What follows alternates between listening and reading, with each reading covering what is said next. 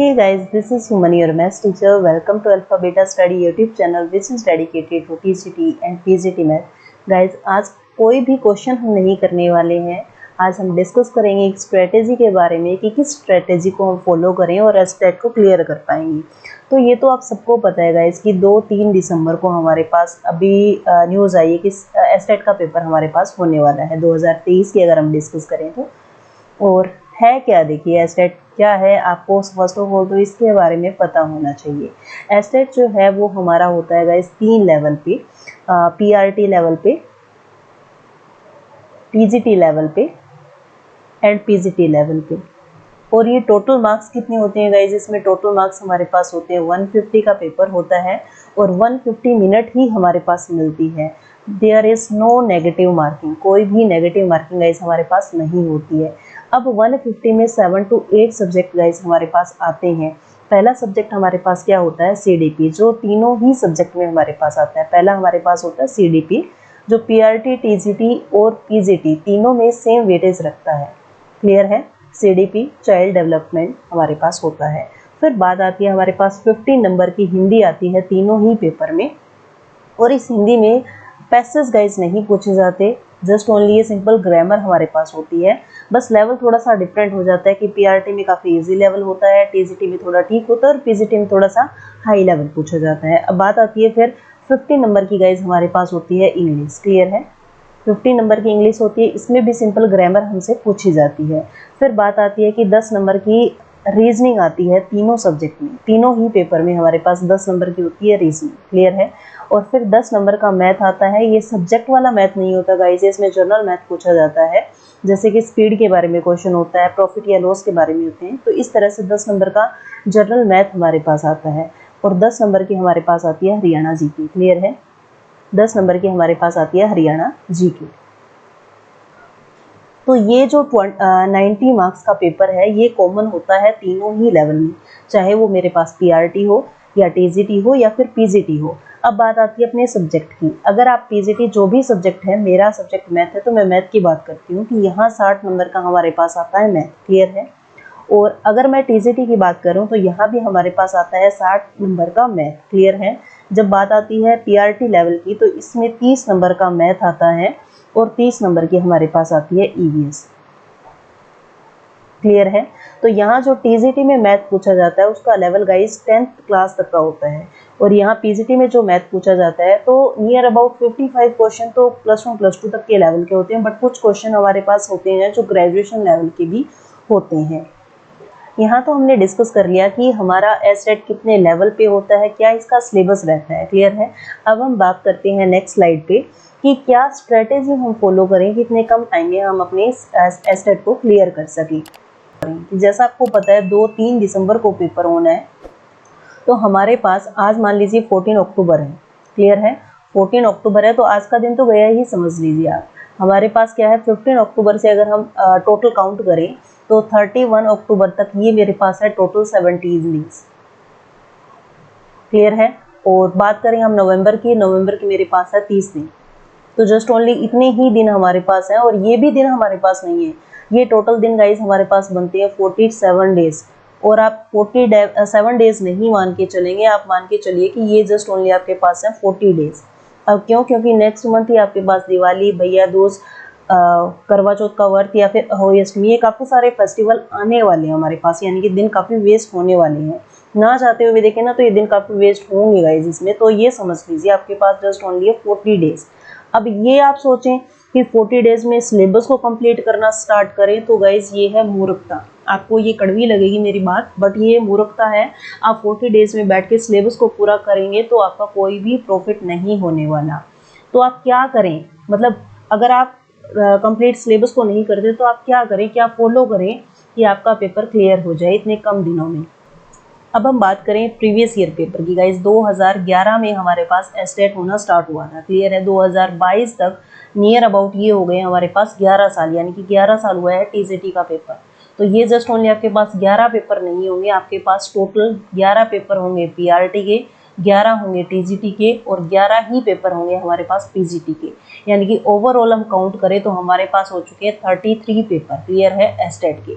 अब मैं ये 33 की क्यों बात कर रही हूँ, क्योंकि 90 नंबर कॉमन है गाइस पीआरटी, टीजीटी और पीजीटी में, और जो प्रीवियस ईयर क्वेश्चन करना इतना ज़्यादा इंपॉर्टेंट है गाइस। मैंने भी पिछले साल अपना एसटेट क्लियर किया है और 119 मार्क्स मैंने गेट किए, और मैंने जब प्रीवियस ईयर कंप्लीट इतने अच्छी तरीके से कर लिए थे कि मुझे टिप्स पे याद थी, और पेपर करते टाइम मैथ की कुछ क्वेश्चन तो इस तरह से रिपीट हुए थे गाइस कि मुझे स्टेटमेंट पढ़ते ही डायरेक्ट आंसर लगाया, क्योंकि स्टेटमेंट भी चेंज नहीं हुई थी।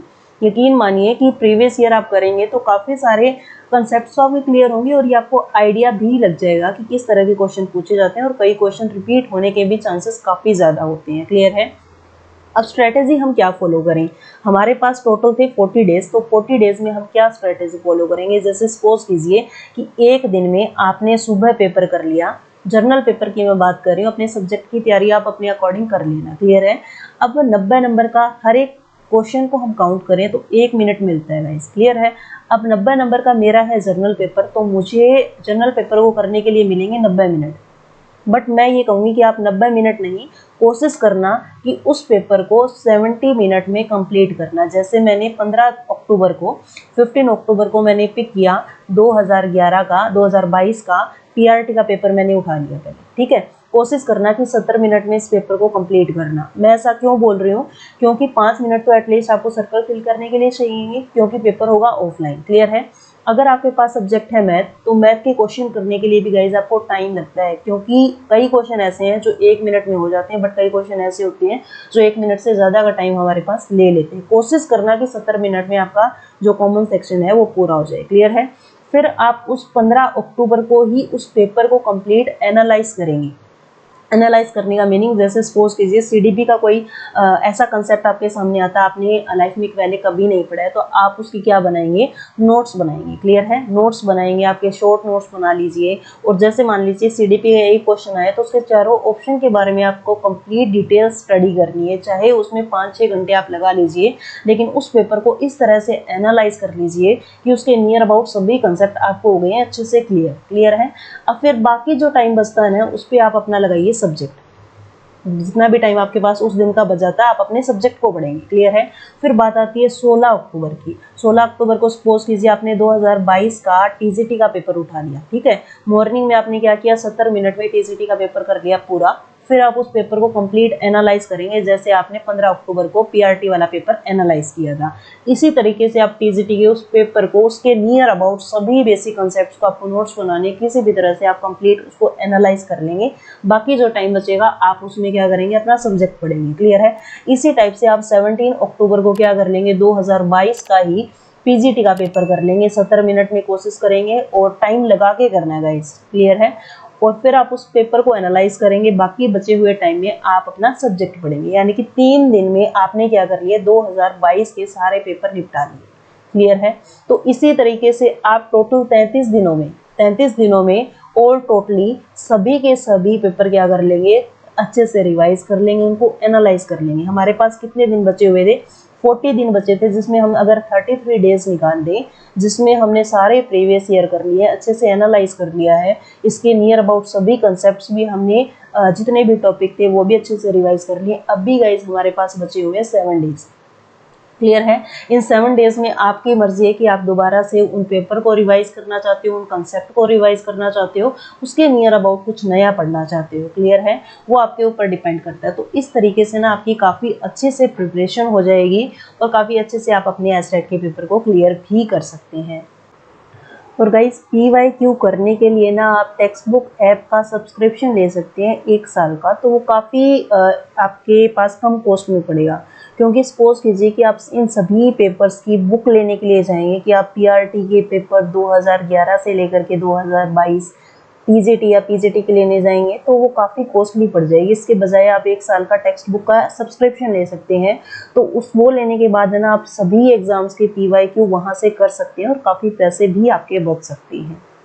सीडीपी के लिए गाइज निशा मैम है, सीडीपी के लिए निशा मैम को आप फॉलो कर सकते हैं। एसटेट के लिए उन्होंने काफ़ी अच्छा पढ़ाया हुआ है। ठीक है। और हरियाणा जीके की अगर मैं बात करूँ तो प्रदीप सर हैं, तो उनको आप फॉलो कर सकते हैं। और पीजीटी अगर मैथ को आप फॉलो करना चाहते हैं, पीजीटी मैथ को अगर आप फॉलो करना चाहते हैं तो इसी चैनल पे गाइस मैंने टोटल अभी तक आपको 46 वीडियो दे चुकी हूँ मैं आपको, जिसमें हमने डेली 10-10 क्वेश्चन की है प्रैक्टिस, जो सारे के सारे गाइस प्रीवियस ईयर क्वेश्चन हमने पिक किए हैं। उसमें काफ़ी डिटेल एक्सप्लेनेशन है उसमें, तो कम से कम नियर अबाउट 640 क्वेश्चन हम वहाँ रिवाइज कर चुके हैं। आप अपना मैथ का रिवाइज कीजिए, इसे आप 2 की स्पीड पे डेली अगर एक वीडियो भी देखेंगे ना तो आपको खुद को रियलाइज हो जाएगा कितने अच्छे से आपके कंसेप्ट क्लियर हो रहे हैं और किस टाइप के कंसेप्ट भी क्वेश्चन भी एग्जाम में पूछे जा रहे हैं।